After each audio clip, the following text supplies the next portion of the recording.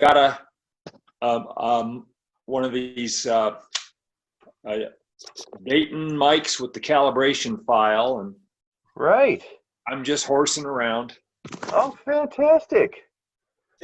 Don, did you get the USB mic or the one that uses a separate sound card? A regular mic with an analog XLR, and I've got a phantom power supply that had an old Behringer mic, which is basically the same, but it didn't come with any calibration. This one I found locally on Craigslist, probably last fall or last summer, and it had the serial number, so I was able to get it about half price and download the cal file for it. Sweet. Wow. So yeah, I didn't I haven't looked into the documentation on ARTA there very much. I've used it for the frequency sweeps quite a bit, but I usually just either have it already in a loudspeaker or on a couch on a blanket. So that looks cool. I'll have to check out at that stand. There's an auxiliary manual that's on the ARTA website that's like accessories and things, and so they give you this plans for their interface box, and they've got a couple of different speaker supporting stands like this. So I whipped this one up this week so I could have a way to put a raw driver up there kind of in space and start trying some things. Yeah. Nice. Yeah. I had my wisdom So it would teeth. be kind of cool to put the stand on a Lazy Susan of some sort. Yeah, they also have a plan in there for a motor-controlled Lazy Susan if you wanted to do that. Oh yeah, I started on one of those, but I kind of ran out of steam. But I built one out of a bar stool. Oh yeah. With a pivoting top. Yeah, right. I have a bar great idea. like a Lazy Susan bearing in it. Well, I guess it's got a what's it got? Kind of a shock absorber kind of a deal on it. So it's one of these bar stools with a lever, so you can like raise and lower it. It's just an old wooden stool, but you could easily wrap some tape around the base of it and put some angle marks on it. Oh yeah. Manually move it. Yeah. Oh yeah, yeah. That's much faster than actually building an electric one. You get going pretty quick that way. Yeah, you could spend months and have nothing doing what I do. Hey, Dana. Yeah. What type of time gate would you need to pick up the back wave off a dipole? Say you were 4 feet away from the wall. Oh. Well, what is it? 343 meters per second. What's that, like 1,100 feet? Something, yeah. So you go 8 feet times 1,100, whatever. What does it divide? My mental rule of thumb is that about 1,100 hertz is a 1 foot wavelength. Right. That's ballpark. That's not exact. Okay. I know I start to see mine around 12 milliseconds. That's when I get. You look at it in ARTA and you can see the little blip. You see the primary one, and then you watch and it's quiet, and then all of a sudden there'll be another. There'll see the first reflection. First reflection, yeah. And so you can maybe judge from that. Can you just click on ARTA and put your window bars where you want them, or do you have to go in and set them up by times? No, you just drag them around. Yeah.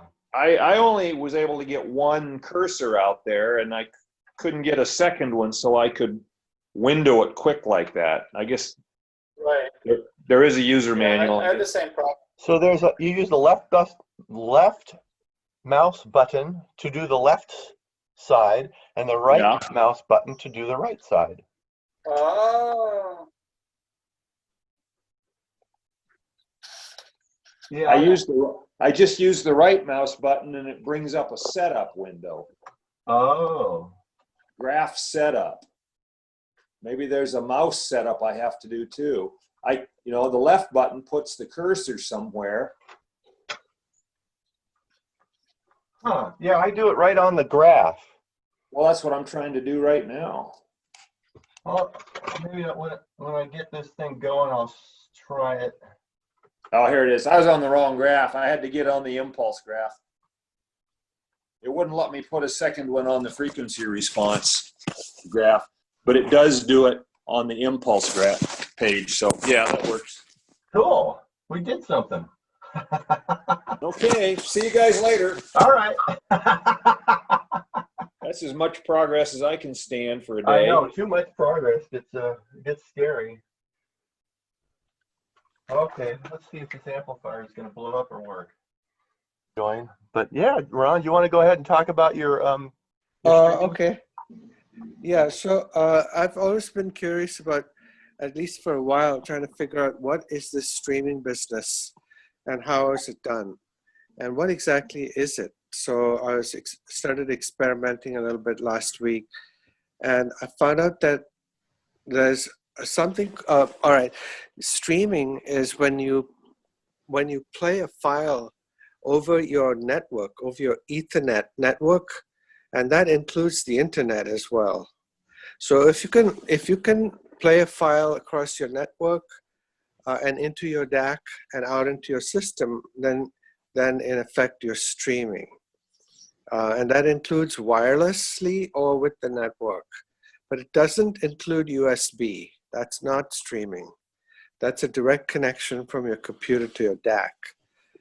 The network is nice because it doesn't use USB, and all the bits are passed along at high speed and at high bandwidth directly from your player, wherever that's located on the network, to your DAC, wherever that's located on the network.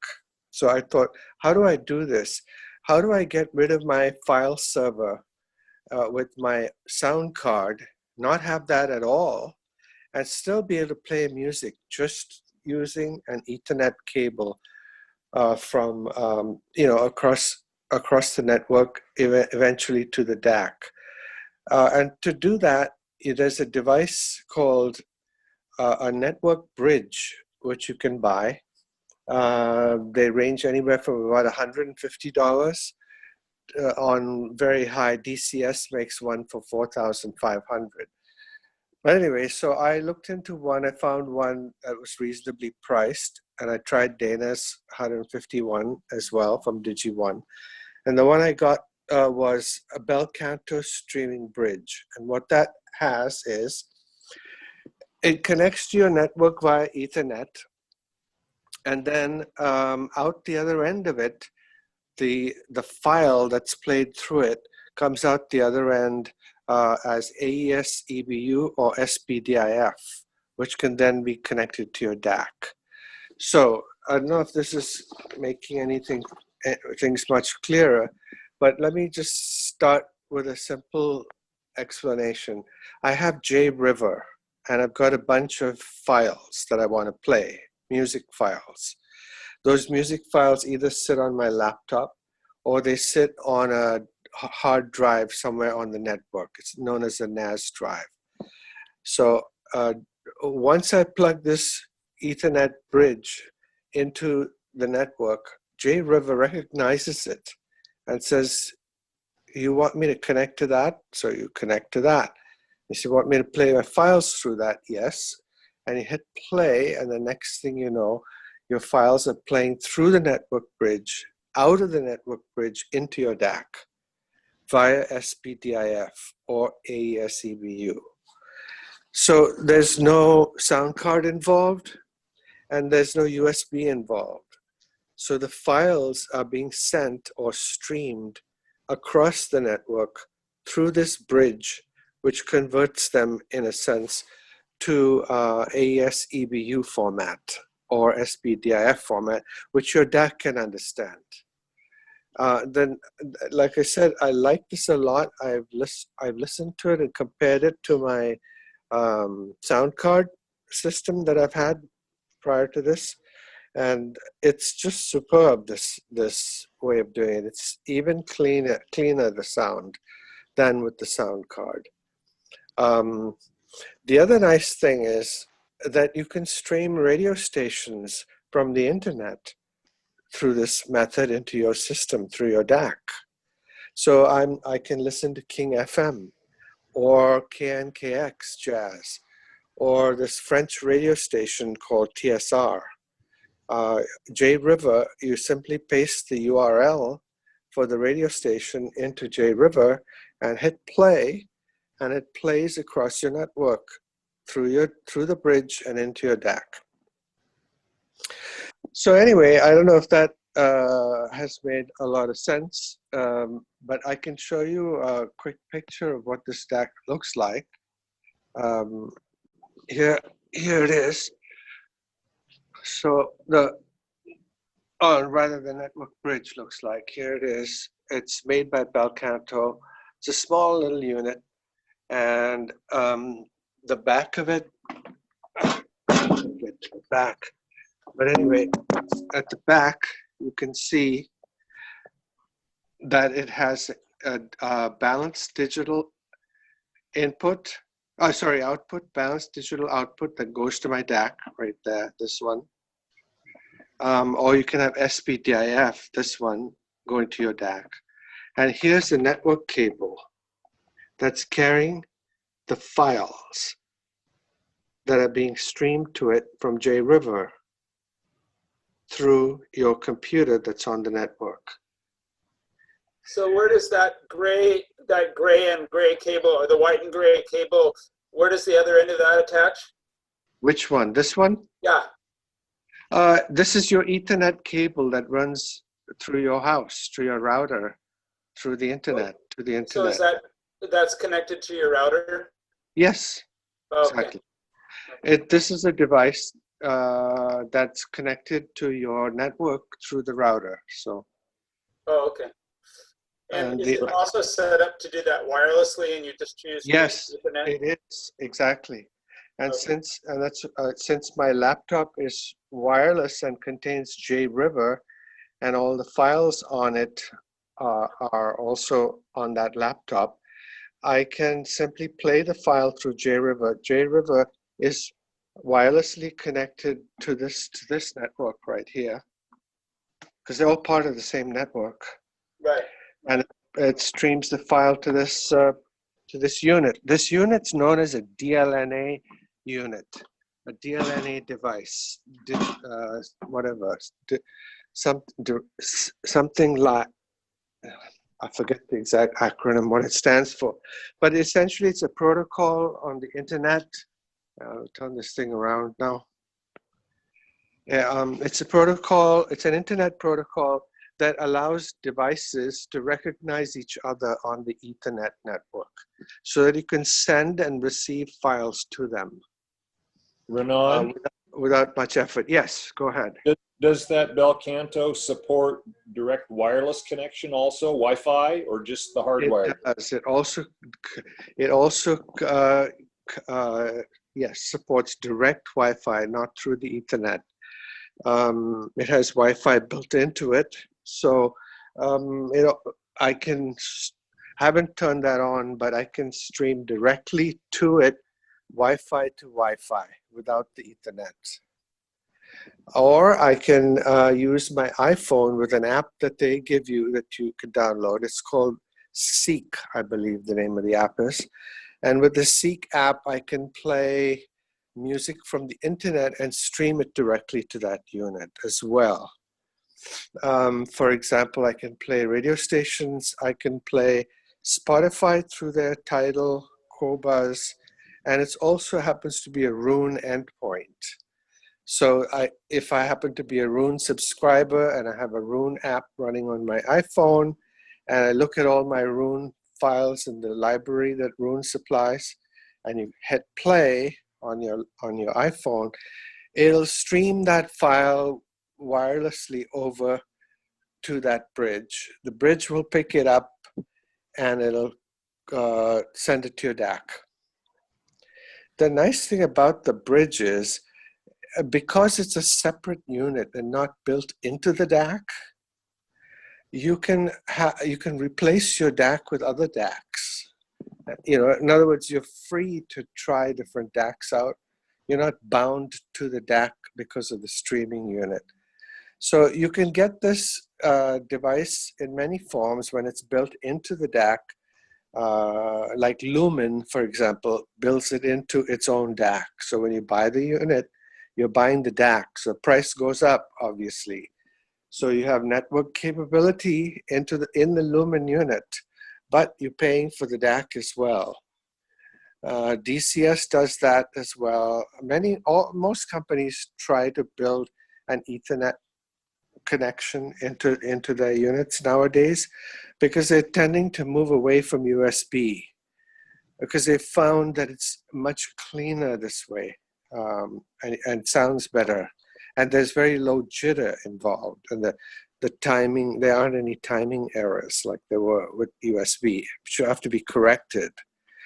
So anyway, I took a chance on it. It sounds incredible. I mean, it's just as good as what I had before, if not better, which I didn't think would be possible. So I'm pretty happy with it. And I also compared it to Dana's Digi1, which is a small box, 4 inches by 4 inches, roughly, really tiny, that does the same thing as this unit. And I think it's $150 if I'm not mistaken. It has a Raspberry Pi motherboard in that little 4-inch unit. And I tried that against this, and it's also very, very good, I have to say. Used in the manner I'm describing, which is you use it to get a SPDIF signal out and going to your own DAC. Now, in addition, this Belcanto unit has a built-in DAC as well. It's not of a very high quality type DAC, but that was not its point. It was in case you wanted to if you didn't have a DAC and you just wanted to listen to some music, you could use their DAC, which is built into it. So it has line out capability from that unit. It's a nice little DAC. It's made by Texas Instruments. They also support MQA on it, and they also, and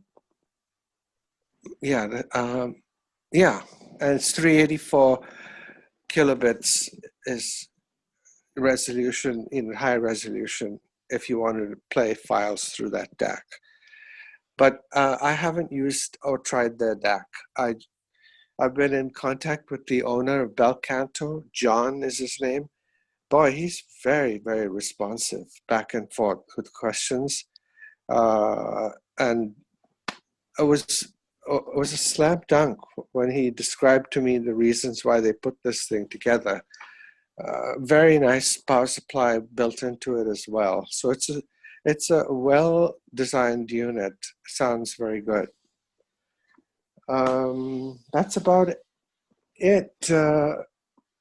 Yeah. So Cool. it's something that you guys could try, even with the Digi1. Just for your own benefit. If you wanted to stream some music from elsewhere, for instance, Tidal or whatever from the internet, this would give you these kinds of units, these streaming devices would give you the opportunity to do that if you were ever curious and wanted to know how to do that. Besides, I mean, it gets you away from USB and the sound card. There's another good digital outboard for a Raspberry if anybody wants to go that route. It's from a company called Pi2 Design. And it has AES and SPDIF on it.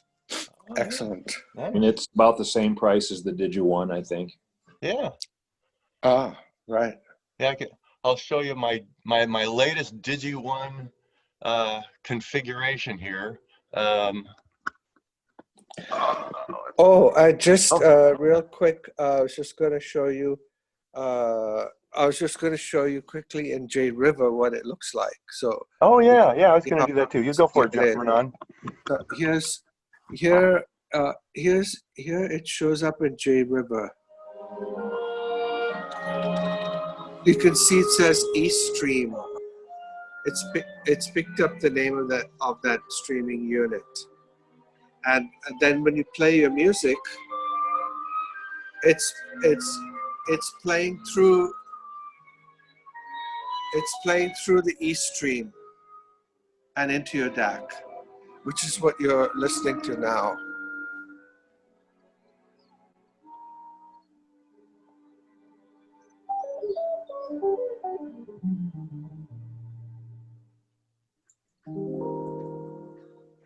Embracing my sweet embrace. Anyway, Cool. Yeah. so that's that. I'll just put this on pause. And also, you can also play radio stations. So I have a few that whoops, that's loud. Hang on one second. Yeah, so here's a radio station that I've forgotten his name. Told us about. It's TSR Jazz from France, from Paris.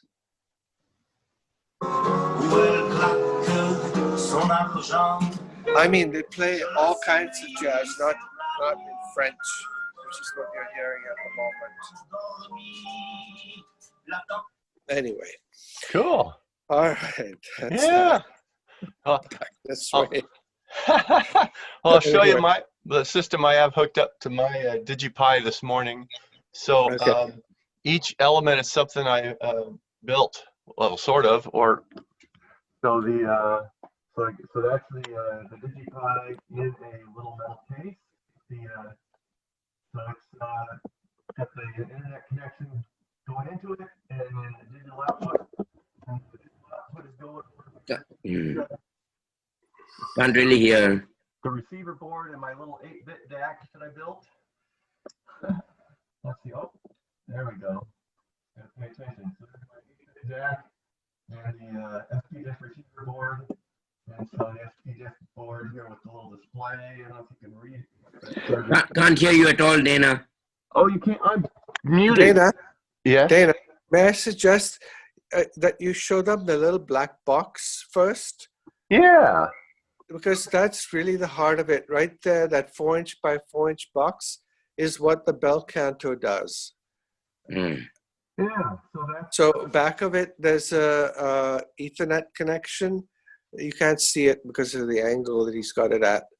And out of it comes SPDIF. I mean, it's also wireless, so it can be, you could send the files wirelessly to it. And it's a DLNA device, so JRiver will pick it up, just like it did with the Belcanto, and you can play music straight through it. It takes all of a few minutes to just plug it in and run. There's not anything complicated about setting it up. And sounds really good. Yeah. Hey, Go ahead. Dana, is the dongle that you have plugged in the back, is that in place of the Ethernet connection? So that is my Wi-Fi. I'm not using it right now. I've actually got it hardwired to the Ethernet. Maybe Oh, okay. see the cable. Okay. There's the cable going into it. But yeah, you can do Wi-Fi or you can do hardwire. I did hardwire just to get it going today. So so would those two, would the dongle and the cable both be doing the same job, but when you have the cable attached, it runs on the cable? Yeah, Yes, it'll pick the better of the two. Sure. Yeah, which would be the cable. Yeah. Dana, Yes. which version of Pi motherboard are you using? So that is a Pi 2. Okay. But yeah, any of basically Pi 2, Pi 3, Pi 4, they'll all work. I have the 3B Plus, and it has the Wi-Fi built in. Yeah, that is a wonderful thing until you put it in a metal box. So yeah, this one didn't have it built in, but this metal box is a Faraday cage, so it will wipe out your Wi-Fi if you have it. If anybody's ever thinking about this, I was looking at the 4s, and it looks like they generally recommend them having a cooling fan, which would Yeah. possibly be a noise issue. So sticking with a 3 or lower might be a reason to do that for music streaming. Yeah, I just bought a 4, and I got it with a metal box that has a heatsink built into it, or you can get big metal heat sinks for them. Yeah, And I so got a that seems kit to that work. had little stick-on heat sinks for the 3B. Yeah, and you can run a 4 with those. You just can't overclock it. Which who You don't cares? really need much for music streaming anyway. So No. Yeah. And so I'm driving out of my my Raspberry Pi into my my 8-bit DIY DAC, and I'm driving my ended MOSFET amplifier going into my speaker. And then I can play it with J River here. So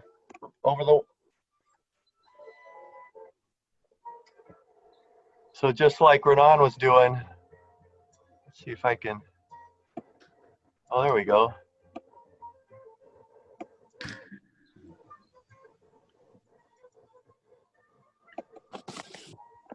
So it shows up as Volumio 2 in my Playing Now menu. So do you have Volumio loaded on the Pi? I do, yeah. Okay, that's what I was using.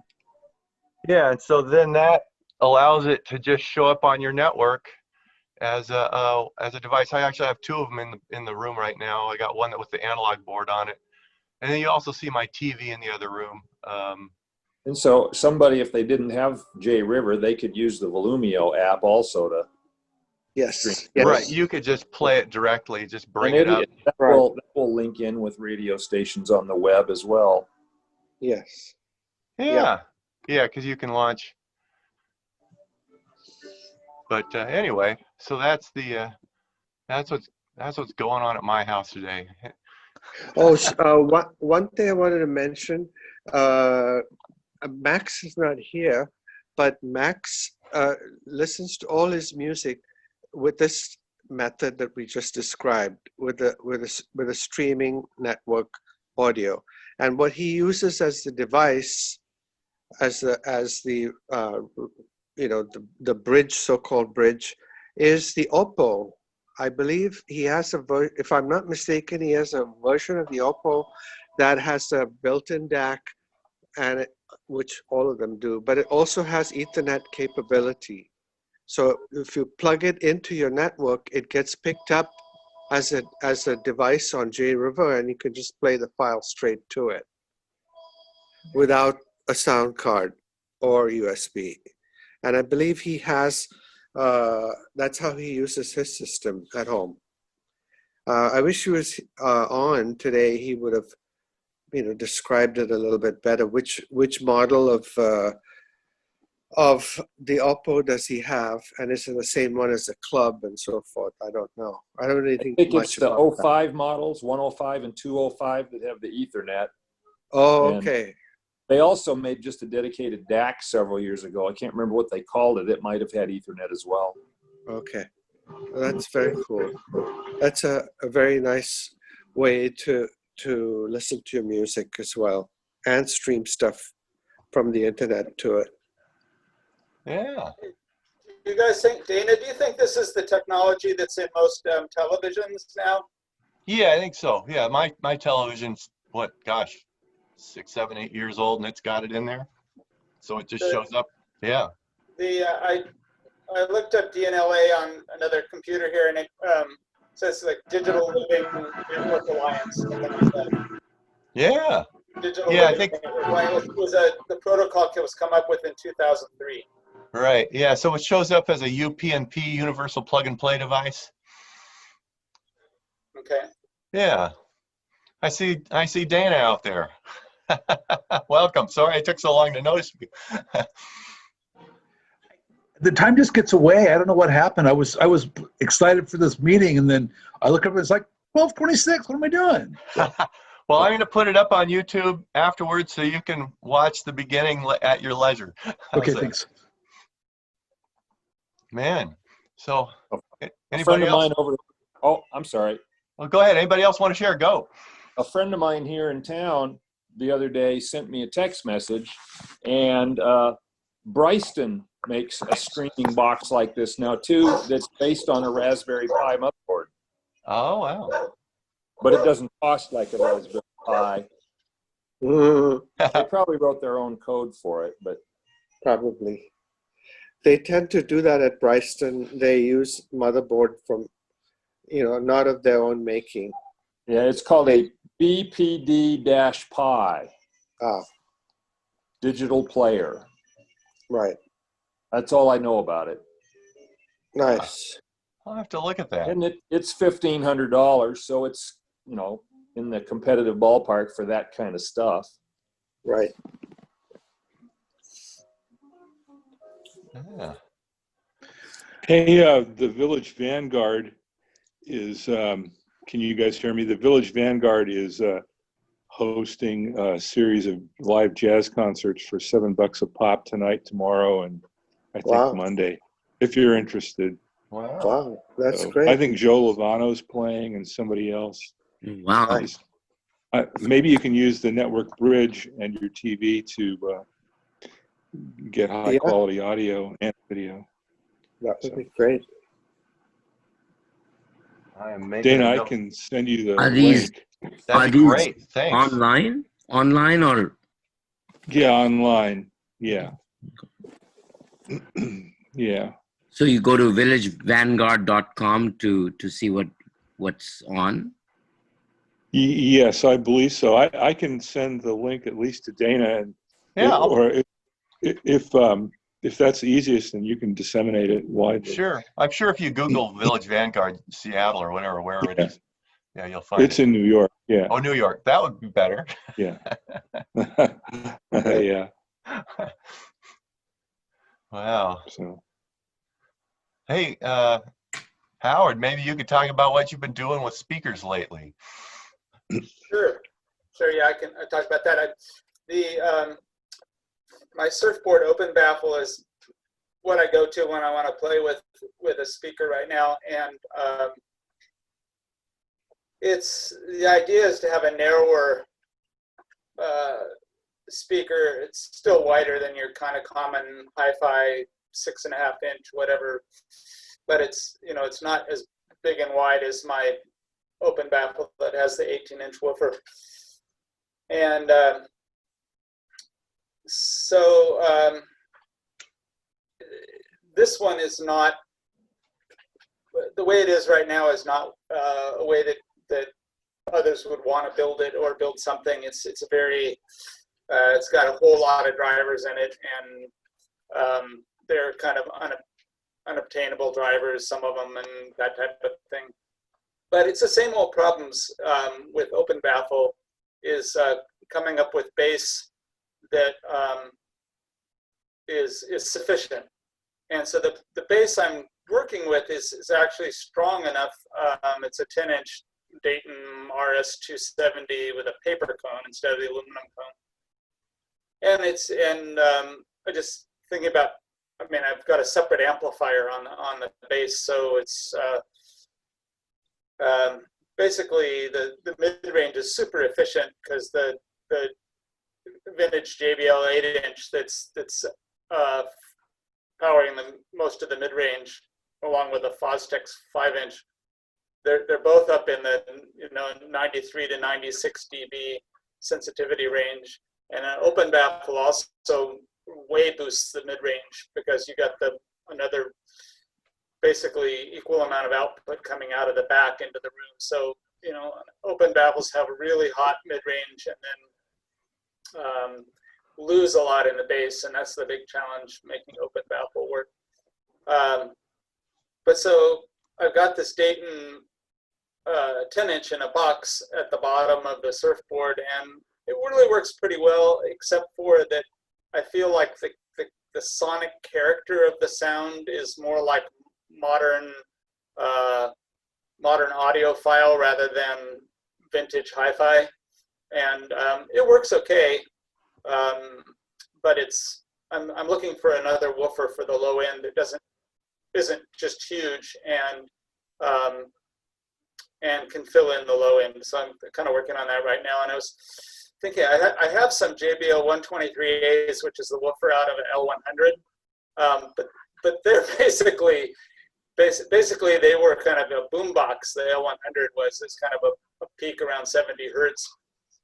And so that speaker either needs a small refrigerator size box, or it's an open baffle speaker. And that it loses, you know, all the real low end. So it's kind of an ongoing challenge there. But yeah, I was talking to Jay yesterday on the phone, and he just got his 12-inch Whizzer Cone speakers back from Bud Purvine, who had put the enable treatment on them. And he was going, but they sound kind of thin. And I was saying, Uh-oh.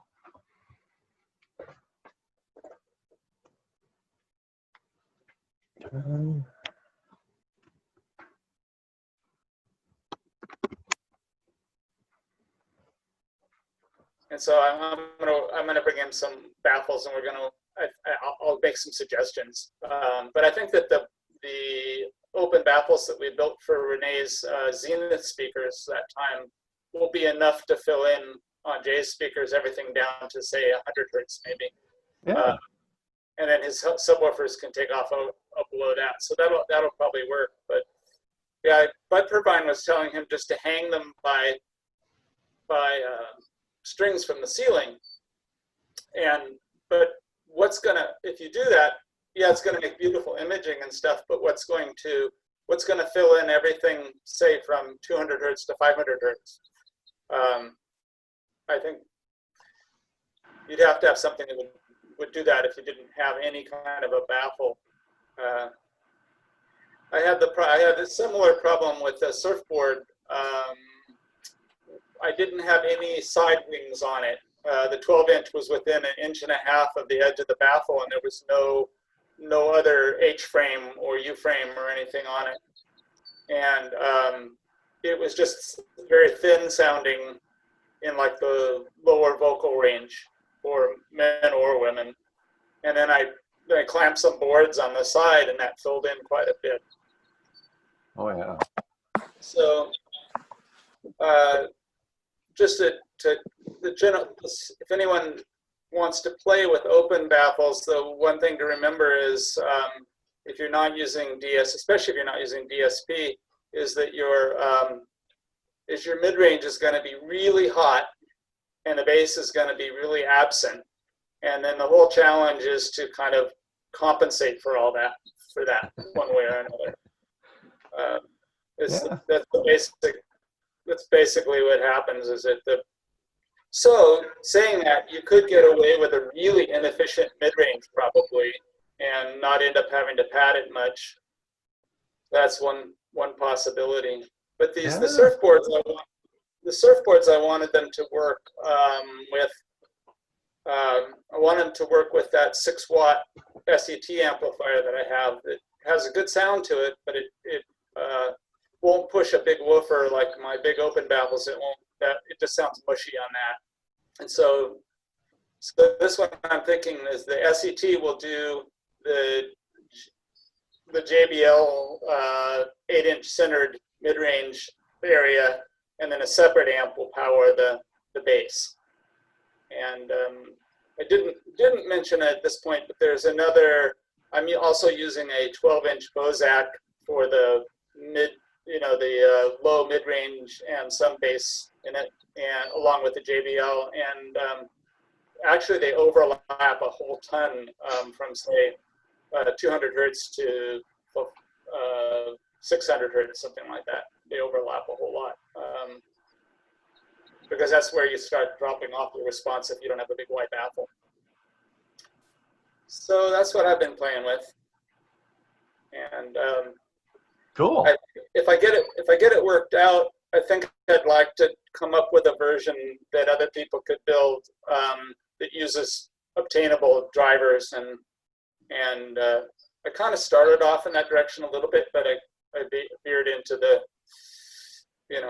everything's ending up being something odd that you can't buy easily. So I have to say that that real sensitive JBL. It's a 216, which is it's a D216, which is a D208 with a 16 ohm coil. Although these ones actually do seem to have an 8 ohm coil, so I'm not sure what the deal is. But it's extremely articulate through the mid range and lower mid range. You know, everything from probably 50 hertz, but I'm not using them that low. But it's just very, very articulate. It's just on the edge of sounding. It sounds kind of sounds similar to a Pro speaker, but it's more refined sounding. And they only handle like 12 watts, so it's gonna be perfect for the SCT. Nice. So Let's see, am I muted? Yeah. Okay. Cool. that's what I've been doing. Yeah. I'm Howard. Yeah. On the Deckware site, they've got a new speaker made in China that's supposed to be like 98 dB efficient, and it's a 15-inch full range with a whizzer. And the ratings on it are, on those guys, I haven't heard it yet. That's sort of that's the direction I want to go. Yeah. But it's supposed to be really good in one of the guys put it in a really small baffle. And and he said there's plenty of bass. Is that from Lee Audio? L-I-I? Yeah, I thought it was L-I-L. I can't tell the way they said it. Yeah, those are the China guys. So they're like $400 for the pair. Yeah, I mean, if you're not having to expend money on crossover parts and separate drivers and stuff, that actually is pretty cheap. You know, in the final analysis. Oh, cool.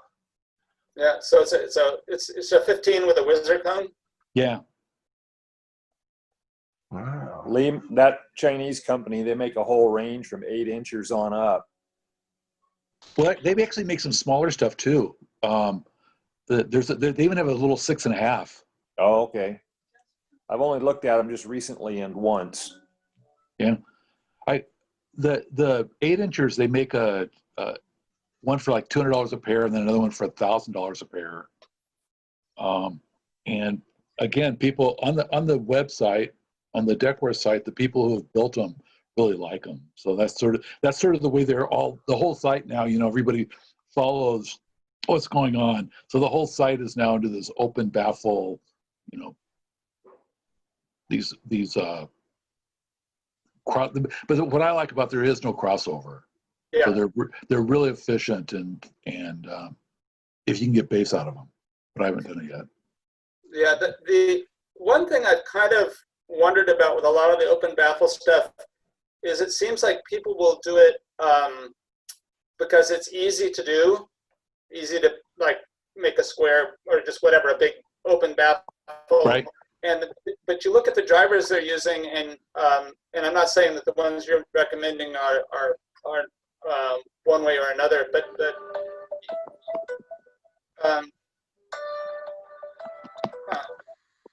Jay is calling.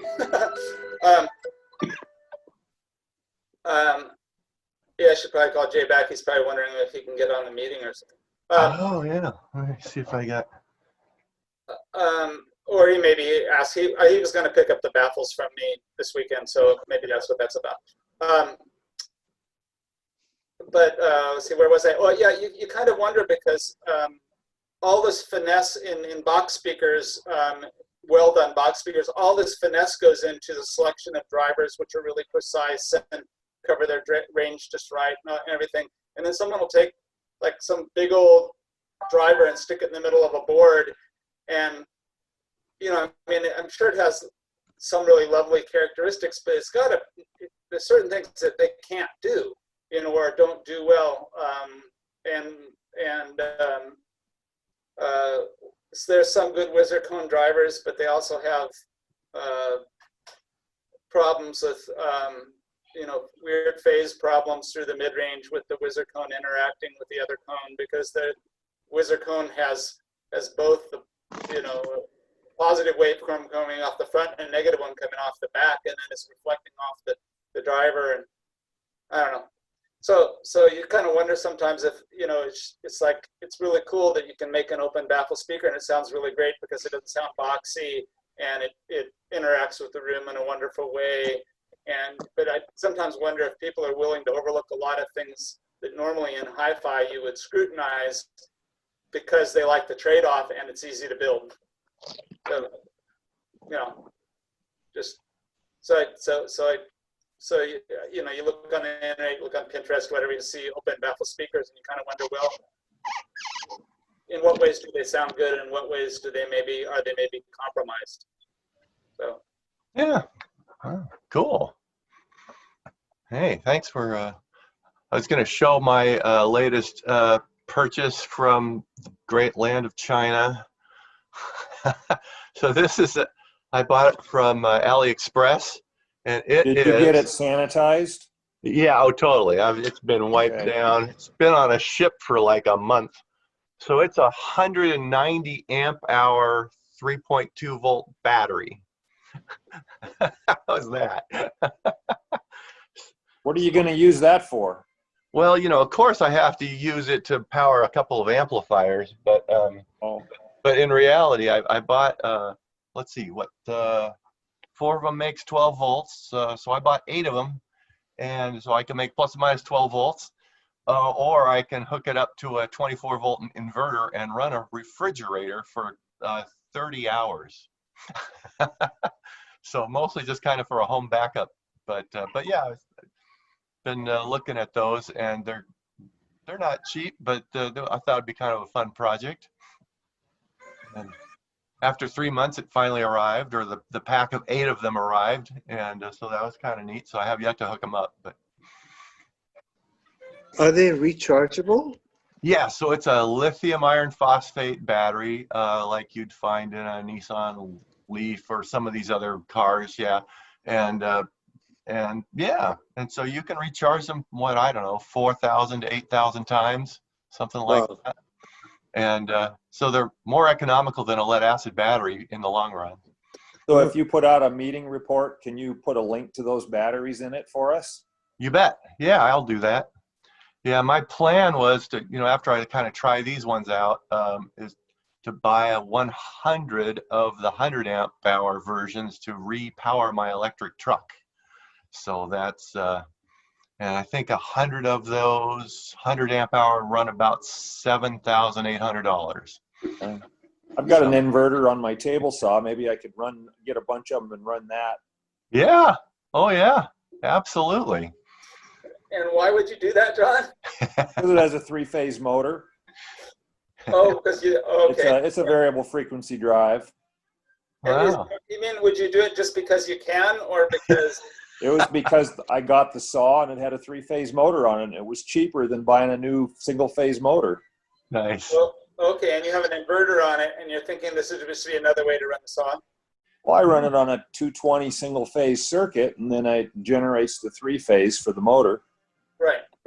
And then it also gives me speed control at the same time, and ramp up, ramp down to stop, a bunch of nice features. Yeah. Sweet. What kind of saw? It's an old Delta Unisaw. Oh, okay. It was given to me, so I can put a little money into it. Yeah. Besides, it would reduce the wow and flutter on that table saw. Yeah. Well, yeah, and you can make a really low ripple power supply for your amplifier with these batteries.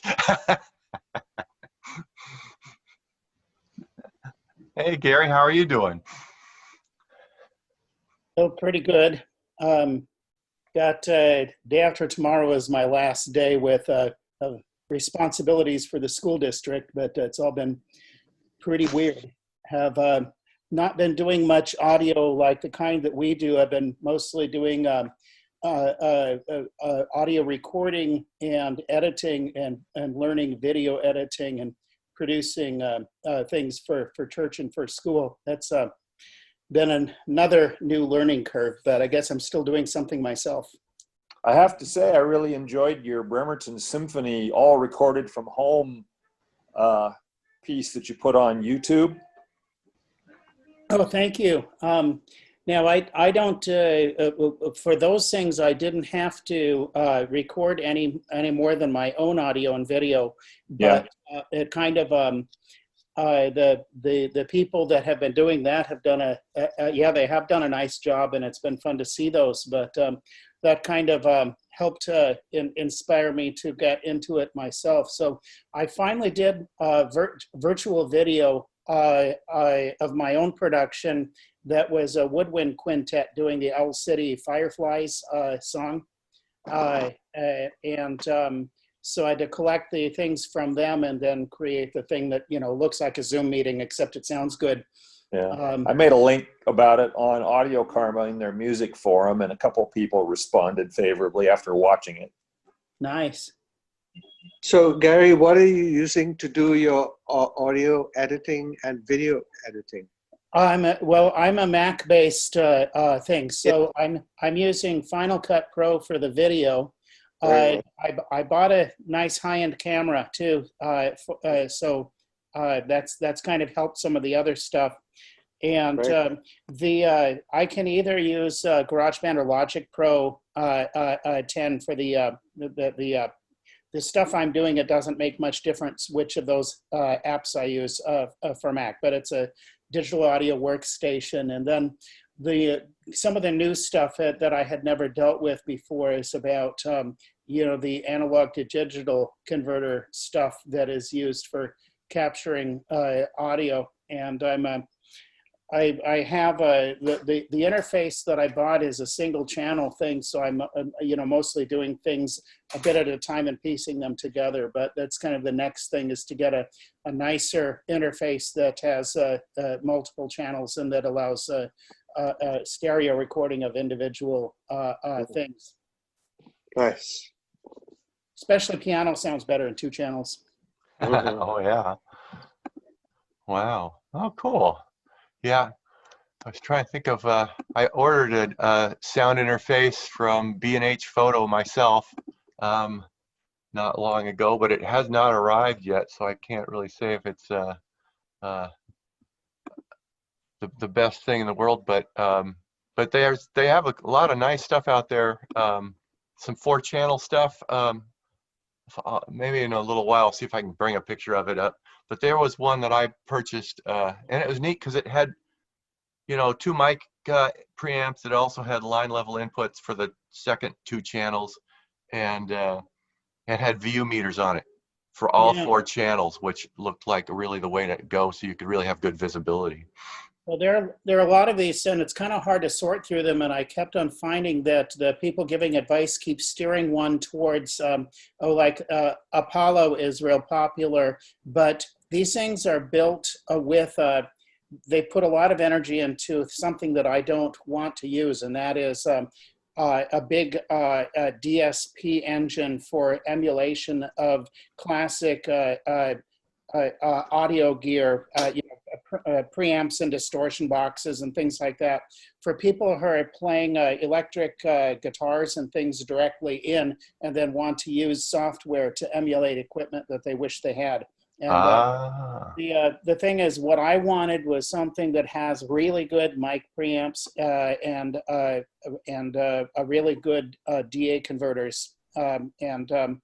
What I'm looking at now is stuff that's from a British company that that looks real promising. I may spring for one of their interfaces, and it doesn't have any of the DSP stuff at all. It's just what I talked about. But you have to pick. Gary, have you tried Apogee? Apogee is one that I've looked at, and Apogee is yeah. Well, that's Mark of the Unicorn. That's MOTU right there. Yeah. So this is the one I've got on order. Yeah, MOTU. Well, I remember when they used to, in the early 80s, when they called themselves Mark of the Unicorn. And that's awesome. But, and Apogee is another one that their units that are popular focus on the DSP engine. And of course, they have basically, it's a little computer in there. Focusrite is really popular, but the British one, let me see. Yeah, I've got one of these. I really like it. Yeah. There's My son's adopted it. That's why I'm off buying a second thing. yeah. So Gary, Which the one is one, the British one? The British one, I'm not remembering the brand, so I'm going to look it up here real quick. It's a good company, though. Meanwhile, the audio interface, the single channel that I'm using right now, is from Rode, which mostly makes microphones. And I No, that's right. like the microphones. That's an Australian company, but the only interface that they make is just a little single channel one that's pretty inexpensive, and it's really decent for what it is. so Gary, the one that I use is the one that is used for orchestral recordings Yes. and field recordings for movies and stuff. It's made by Sound Devices. Here it is. I'll show it to you. Let's see. Oh yeah. I don't know if you can.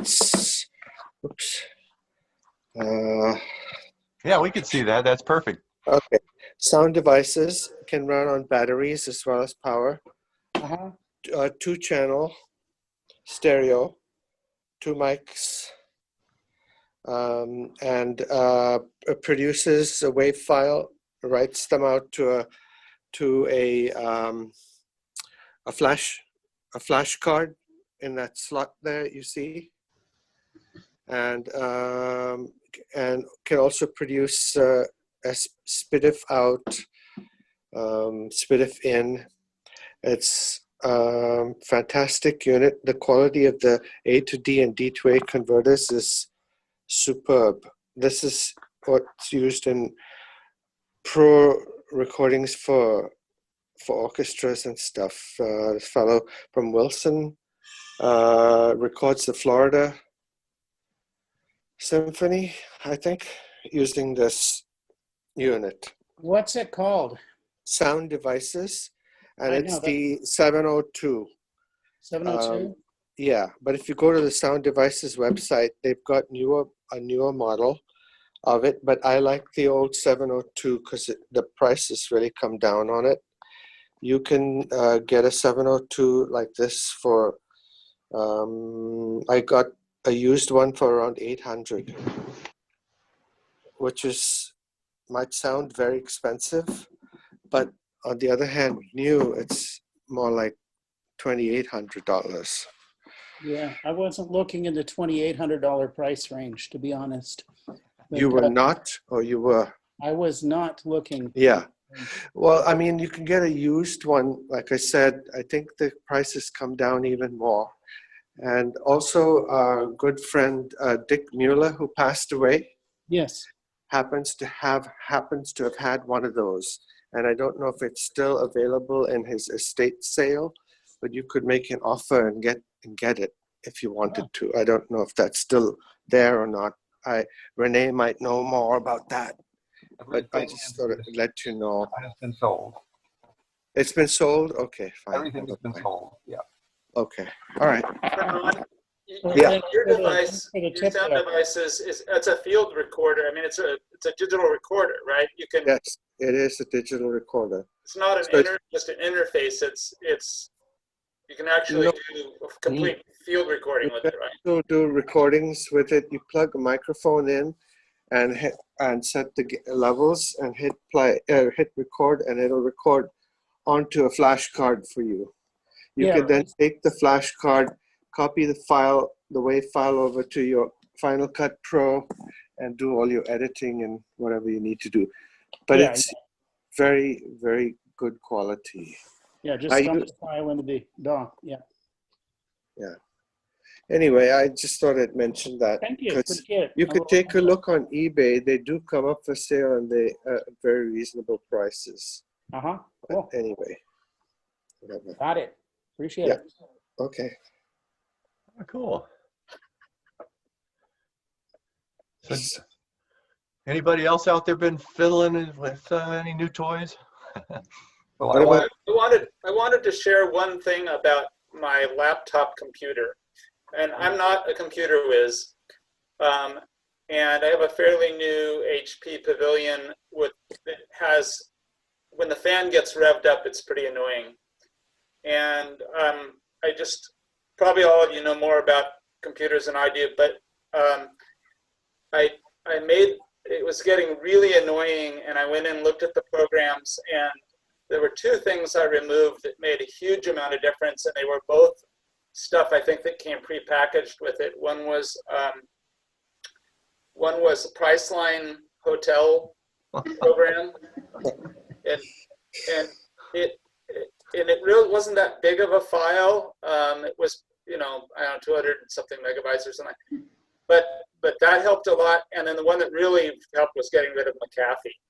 Oh yeah, McAfee's terrible. Security scan thing. It's not even like a firewall or anything. It just like scans your computer, and I think it's more of like some kind of marketing method or something. I don't really know. But anyway, it was a gigabyte. It was a gigabyte file, and I think it was just running all the time. And my computer was getting hot. The battery was going down quickly, but so I got rid of that, and the thing just shut up. It just nice. Yeah. So. Awesome. So Renee, you were going to say something? I was. Yeah. Yeah. I went on eBay searching for low noise sets. Oh yeah. Specifically the old Toshiba ones, and of course the one that's hard to find is the P-channel set. So anyway, I went through a whole bunch of listings, mostly China listings, although there is one US guy that's selling them. He wants $3 a set. So I said, well, you know, I'd take a chance and see if some of these things from China are real. Right. So I bought 50 at a very good price from this hot seller or something. Like they look like, the pictures look like the real thing. So we'll see. So having gotten 50 of these things the other day, they're out of quarantine now. I said, well, I have to find out if they really are low noise sets. Okay, so I said, well, I don't have a noise tester. So I'm building a little noise tester. Oh, wow. Oh. Okay, so it's got a couple of different sockets for different styles. Okay, and it's got it auto biases them to a certain current, etc. It's all going to sit in this little copper can.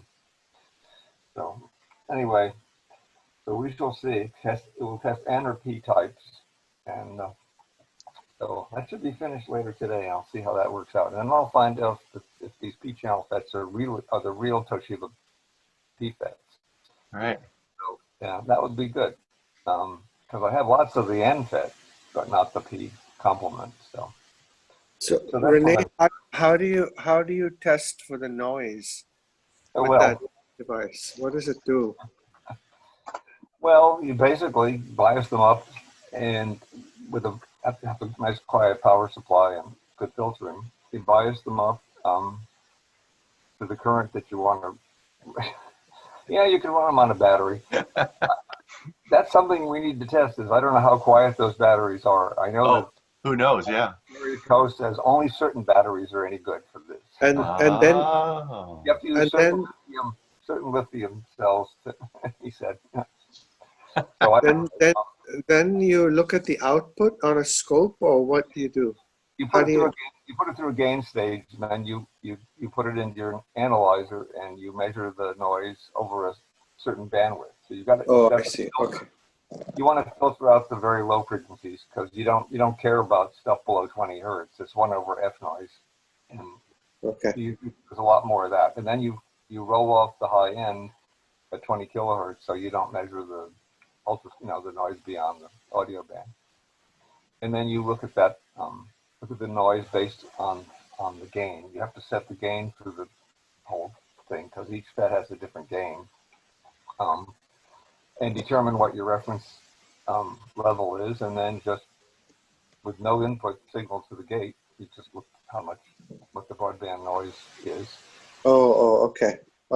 And then you can calculate it from knowing the broadband noise and the audio bandwidth. You can calculate the 1 over root hertz, noise. Okay, which for the PFETs is supposed to be about a nanovolt per root hertz, which is that's good. Yeah. So we'll see. If they're real. Yeah. And then, so with 50 of them, you could build some stuff.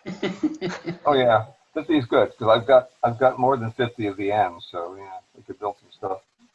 Like I've used the ends in a lot of projects, but Right, so you could build like one channel of an amplifier. There you go. the best use for these things would be like, you know, for phono preamps or whatever, where you really want to get the noise down. Sure. Oh yeah. John Earl was famous for using these Toshiba jets. And I think in the blowtorch preamplifier, which you might have heard about, he used a bunch of these things in N's and P's in parallel on a complementary design and ran them at maximum, you know, dissipation. Right. So it was called the blowtorch. The blowtorch. Yeah. So anyway, apparently it ran pretty toasty. Yeah. I think it had a bandwidth of several megahertz. Oh yeah. Bandwidth. It seems to be continuously discussed on DIY audio. Yeah, right. Well, he only made a few of them. Probably because, of course, at that point the FETs were getting hard to get, and how many people needed a preamp? 50 watts to run or something like that. Right. Anyway, so we'll see. Anyway, so Yeah. that's what I've been doing, other than the usual. A lot of yard work these days. Keep watching the lawn grow. Oh yeah. Oh man. I spent 3 days this week on that. Strawberry crop is really good this year, though. Yeah. Nice. So Siddharth bought some speakers, I know, in the last month or so. I don't know, Siddharth, are you willing to give us a tour of your speakers that you've brought to your domicile lately? I see you're still here. There you are. They don't work, so they have to be repaired. No. Oh, so you bought some what were they called? Some towers? Something. Magnepans. Oh, I got Terry calling in. But you also bought something before that. You bought a what were they? No? No, that's just. Okay. Oh, yes. No, I had an Australian speaker called Note Perfect. That's it. Yeah. Can you show us those? It's maybe you're not portable. I am not so portable. Yeah, they have a very interesting design. They're like designed exactly like I think like what Renan had said. Wilson Benesh's are designed. Hang on a second. I'll put you on when he's done. Okay, I'm sorry. Keep going. So this gentleman is a saxophone player in Australia who he's not doing it anymore. He has a family, so he kind of, the business is not functional right now. Sorry, Dana. My iPad's about to die, so I'm switching to my phone. Okay, cool. I'll try. Oh, I see. I had to admit him. Cool. I think since these are from Australia, don't they have to be used upside down? Down under, yes, down under, yes, or maybe kangaroo style. Get them upside down, right? Nice. Or maybe a little like a little marsupial, like pouches. Yes. Pouch speakers. Yes. So he said, well, I don't understand why, being a saxophone player, why when I listen to my music through speakers, why doesn't it sound really natural? And, I mean, you folks have probably had these aha moments years ago, but for me, it's like, probably last year or in the last couple of years, I was like, when a musician decides to design audio equipment, there is a possibility for some real magic to happen. And so there's a company called Leben, which makes preamps and amplifiers. That gentleman is a musician himself. And those are Japanese, it's a Japanese company, which means life. And again, just starting it out of his bedroom, people are like, this is really amazing. You should make it professionally. So that's the first company I'd heard of. Well, there's also Devore Audio, which is the guy is a musician. So those are supposed to sound very good. I've never heard them. So in any case, I just like to do research, and I like looking at what's out there just for my own knowledge. And so I will put in a search term into Craigslist saying, audiophile, and I'll see what comes up. And if it's something that's not known to me, I will, go ahead and look at what that company is about and research it. It's sort of a meaningful enterprise for me, not necessarily ever to purchase, but just out of interest. So, well, I do the usual thing and I look at Craigslist, and the second listing that jumps out is this thing that's called Note Perfect. And the guy turns out to be in Factoria, which is right next to me. And he says, well, I have one of two pairs in the whole of the United States. And it is the speaker that doesn't have a crossover between the, there's no crossover at the mid-range. So I don't know the technicalities of it. Renan and Renee would know better, but I think it's just a resistor over there or something. There's no crossover. The only crossover that there is between the woofer and the tweeter. And so this guy worked on this whole thing for years and years and finally came up with the sound he liked that was more natural to the way he plays his saxophone. And so in any case, I'm like, okay, well, let's see, coronavirus and all. I just contacted the guy and said, hey, would you let me come and listen to this? That'd be an experience in itself. And so he said, sure, come on over. And I haven't had contact with vinyl for a really long time myself. And so the guy had 2 albums. He said, I'm not CD based, I'm not digital based, I am vinyl based. And the last series of vinyl that I ever did with my dad in 1989 was, we're big fans of Dire Straits. So all of the Dire Straits albums, Mark Knopfler, Brothers in Arms is one of the albums. And so this is what, 30 years later or 35 years later, this guy has Brothers in Arms as the first album on vinyl. And that's what he turns on. And within 5 minutes, the speaker, now I haven't been to all the shows and whatever, so I don't have that kind of exposure. But well, I have some sense of what's right. And so this thing sounded so natural and so absolutely beguiling that I'm like, wow. So, and it's marked up. It's kind of like got dings on it. It's not in perfect shape at all. And I like to have my used items in really good shape, but this didn't meet that standard. But it was so nice. I said, so what's going on with this? And you say, oh, there's a couple of people who are interested in it. And I'm like, no, this is done. This is a done deal. I'm getting this.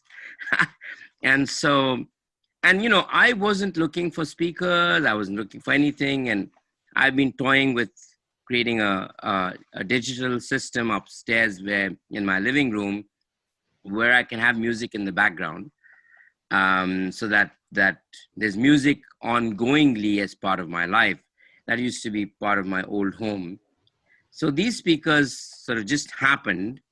And then I had some other things that just happened. And within 2 days, I had the whole system set up. And here's the end of the story. Now, many people may not know, but I have an acute chronic health issue, which is called restless leg. Keeps me up night and day. The legs kind of need to be walked, basically. So I can be playing musical chairs all night and I won't get a wink of sleep. And I call it my space of grace. The space of grace is walking. And so I can't sit down and listen to music for more than 10 minutes.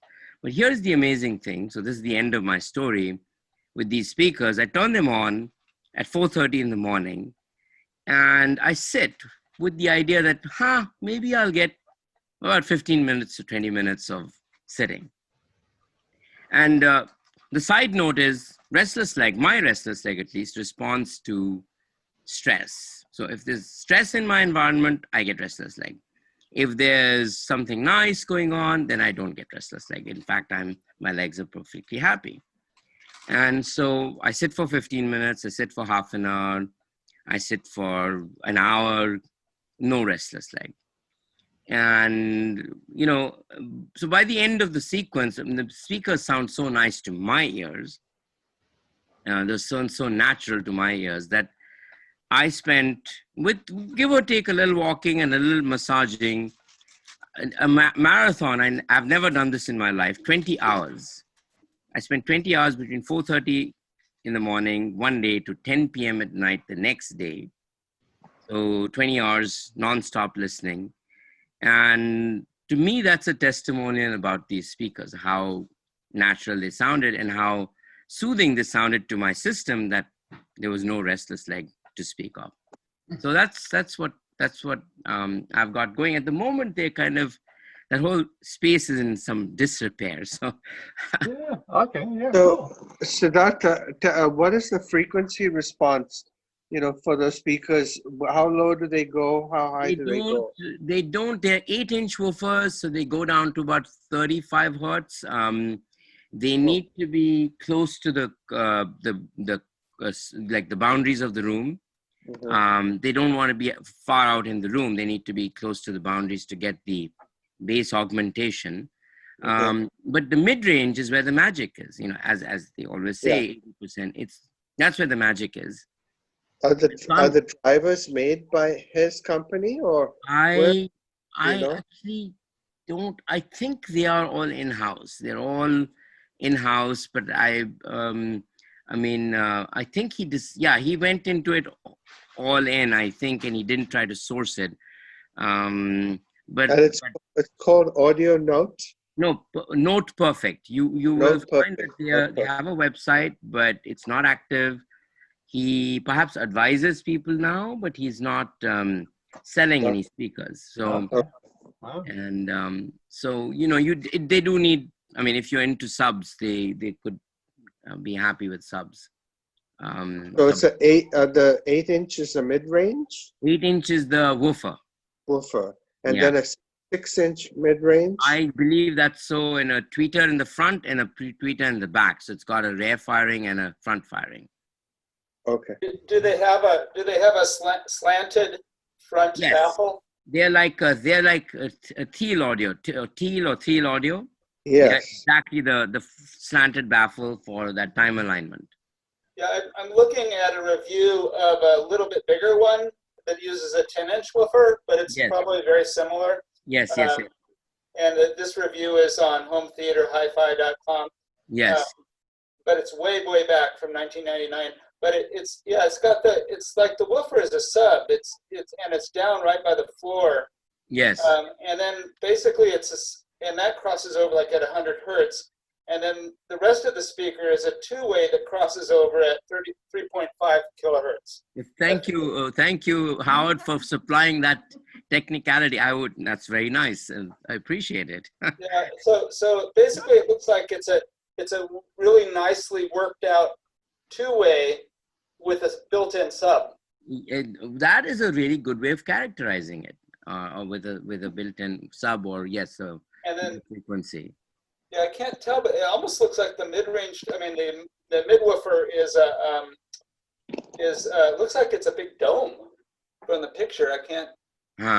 No strange. I don't know. Maybe it's not, but it's got. Well, they're separate. The mid-range and the tweeter are separate. Yeah. So, but yeah. So like, you know, you go to buy the drivers. They usually a 6-inch is sold as a mid-woofer. Yes. If you use it in a two-way, it covers, you know, the woofer frequencies and the mid-range. Yes.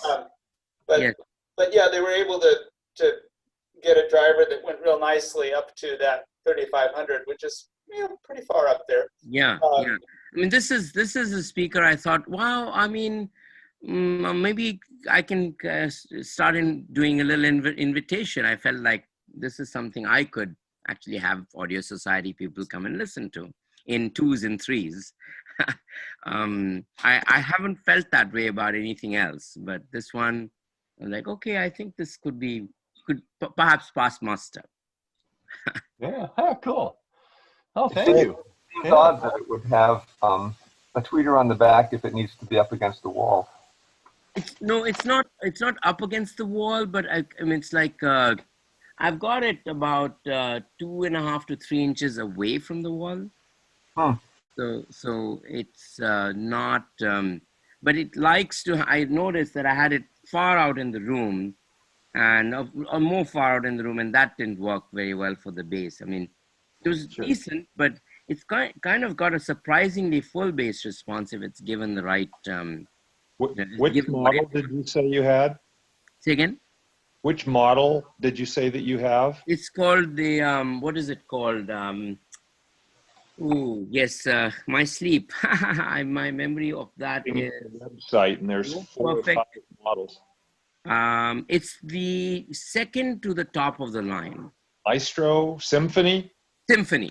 It's the Symphony. Okay. Not the top. It's actually maybe second from the bottom of the line. So I think it's the Symphony. Can you look? If it's on its... Yeah. Oh, cool. Yeah.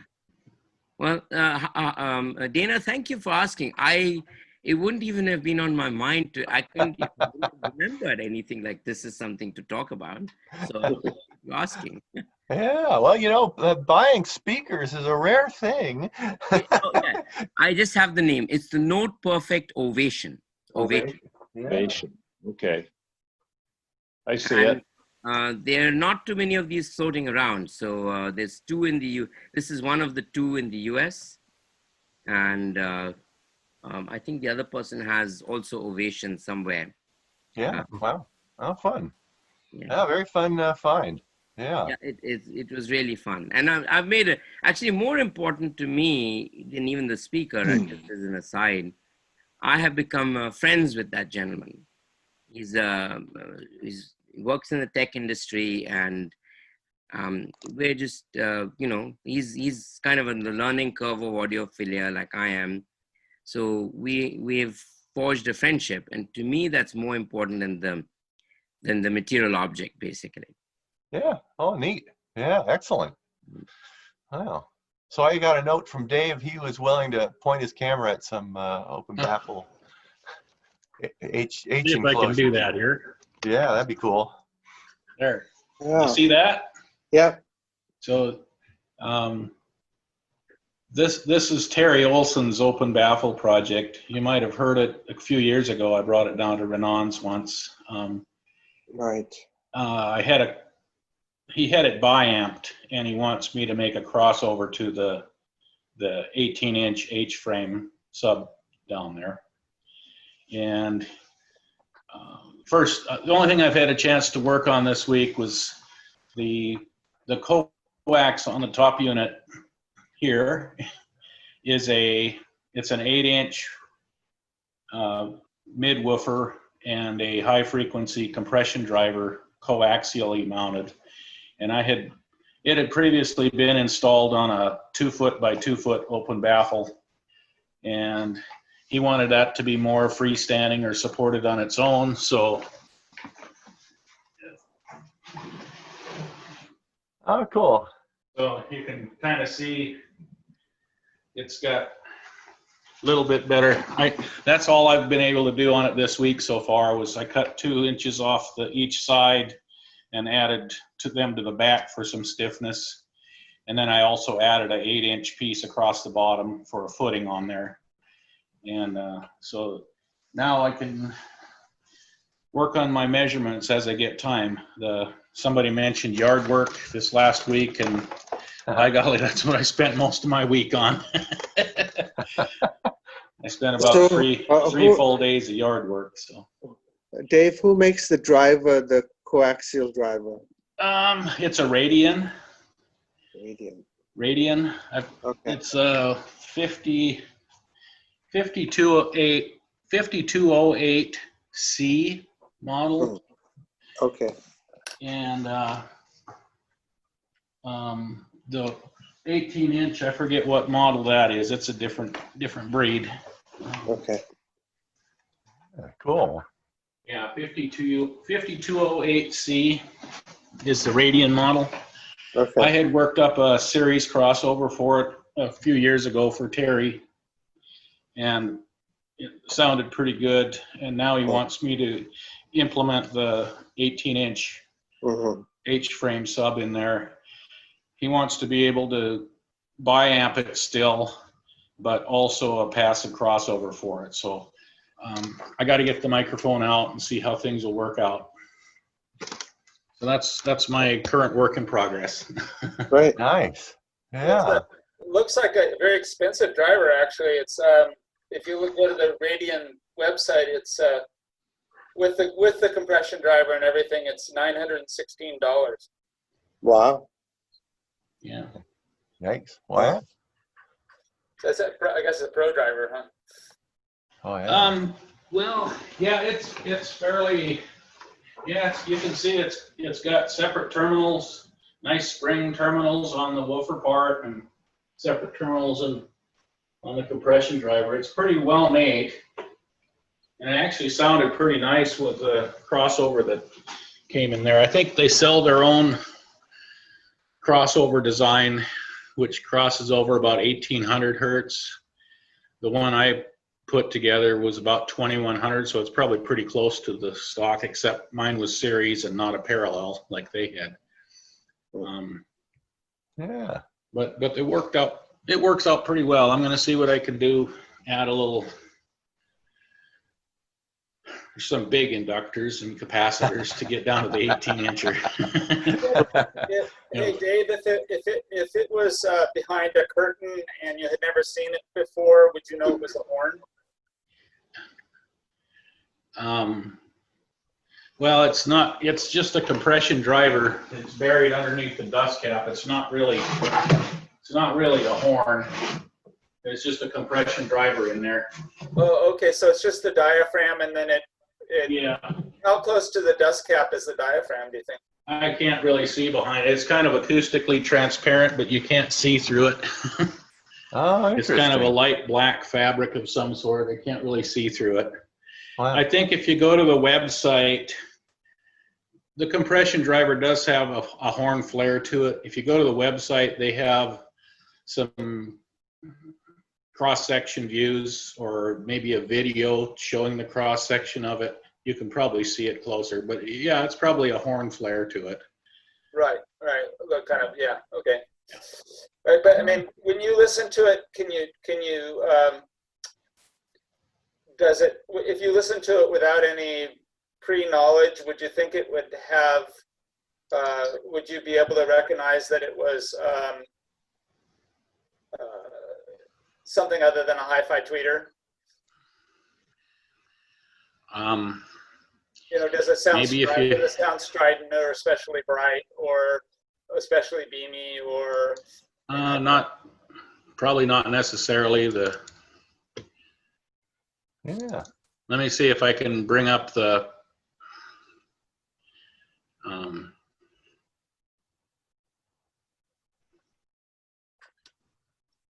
Yes, let's see. You could do a a 3-foot measurement on it, and then send us the impulse response, and I could load it into the convolver on JRiver and then listen to it with my headphones. Yeah, there you go. Let's see. Yeah. No, that's not it. There is a frequency response, impulse response graph on their website. Yeah. If you did the, if you look up 5208C. Yeah. If you want to, is there a way for me to share my page here, Dana? I don't know. Let me see. Because I've got a snapshot. I have a snapshot of my simulation. Try it. So down on the bottom, there's menu items across the bottom. Is there a share screen that you see down there? Yeah, there is. There's a green one. Yeah. Give that a try. Okay. Host disabled participant screen sharing. Let me try this. I said, oh, let me try. I tried something. Okay. There it is. Okay. It may. Cool. Okay. So there's a screenshot of the response. So you can see I've got a small dip in there above about 1,000 or 2,000 hertz. And then it rises back up. But you can see a little bit of waviness in there, typical of horns, but I don't know if you can discern a lot of difference between plus and minus 1 or 2 dB or whatever that fluctuates. Yeah, that looks pretty flat. Wow. Yeah, it does. Yeah, so it did sound very good, I thought, but it tapers off at about 100 hertz. So you need something in the bass region. Sure. And so what I'm hoping is the 18-inch will be about the same level, so I can do a decent job on the passive crossover with it. We don't want, otherwise we'll have to use some kind of equalizer or amplifier boost on it. But yeah. so that's what we're aiming for, is something that we can just do a passive crossover for. I'll probably hook it up in parallel so you can disconnect it from the coax and its series crossover, or you can hook up to biamp it or whatever. Add some flexibility that way. Hey, Dave, if you do it, I got away with doing just a huge coil on my 18-inch on my open baffles. What do you know what it is that makes some woofers not work out with a series inductance to roll off the high end, and what makes some woofers do work out okay that way? Do you know what it is about the voice coil inductance or whatever that makes that work? There's probably a lot of different variables. When I go through my process, I just do a lot of guess and check, and sometimes I can't get a good solution to converge, and sometimes I can.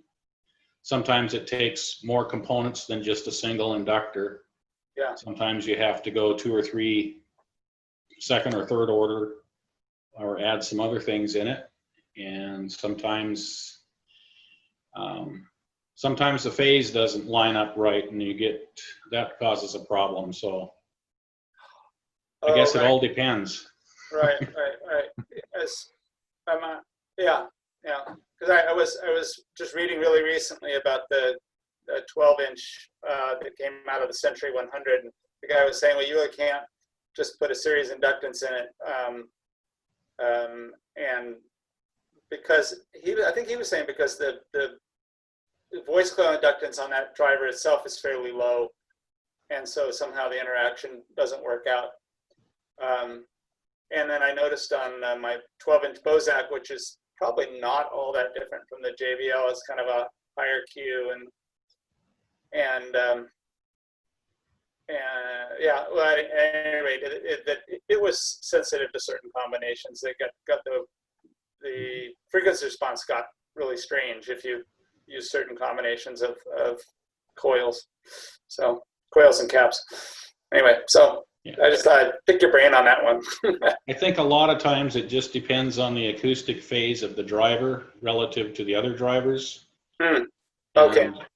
And that has a lot of variables involved in that. So like I said, you sometimes have to play around with different topologies, different combinations of higher order, lower order to get there. Sometimes it just doesn't work out. Yeah. Yeah, cool. All right.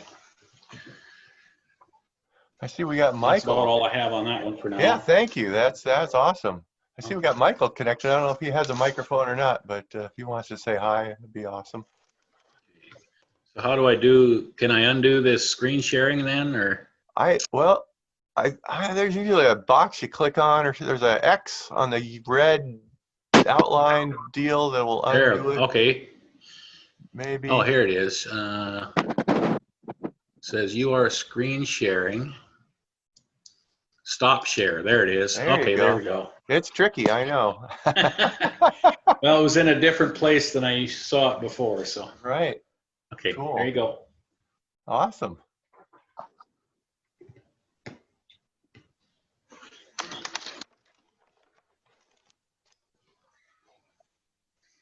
Yeah, well, I don't know if anybody else has anything they want to talk about, or if we're running out of steam, we can cut it off for the day. All righty. That would mean it's time for coffee and chocolate chip cookies. I know. Yeah. It's bring your own Yeah. coffee and cookies, unfortunately. Hey, I had an well, we can close, but I had an idea. At some point in time, it would be cool to meet in the back. You know, I have a very large backyard, and it's a nice sunny day on one of our DIY meetings. We could meet there, distanced apart, and have a chat, and maybe listen to something, maybe one at a time or two at a time or whatever, and come up to the room and listen. What if we set up a system on your lawn? Yeah. We could do that. Open baffle. Really open. Really open baffle. And Dana, you can bring your trumpet. There you go.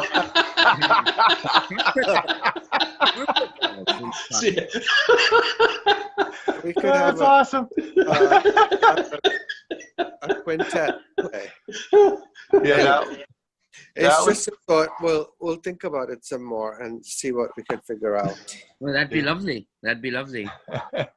Yeah, one of my high school friends, I posted some Maynard Ferguson music on Facebook, and then one of my high school friends, she says, "Oh, Dana, do you still play your trumpet?" And I told her I did, and my neighbor 2 houses over shouted to stop playing. So that just means my range is reduced from high school. Usually it would be 4 houses over that I'd get response. So. Anyways. Maybe on that sour note, we'll call it a day. Thank you for playing. Thanks, Dana, for organizing this. Thanks a lot. Have a good afternoon. Bye, everybody. Bye.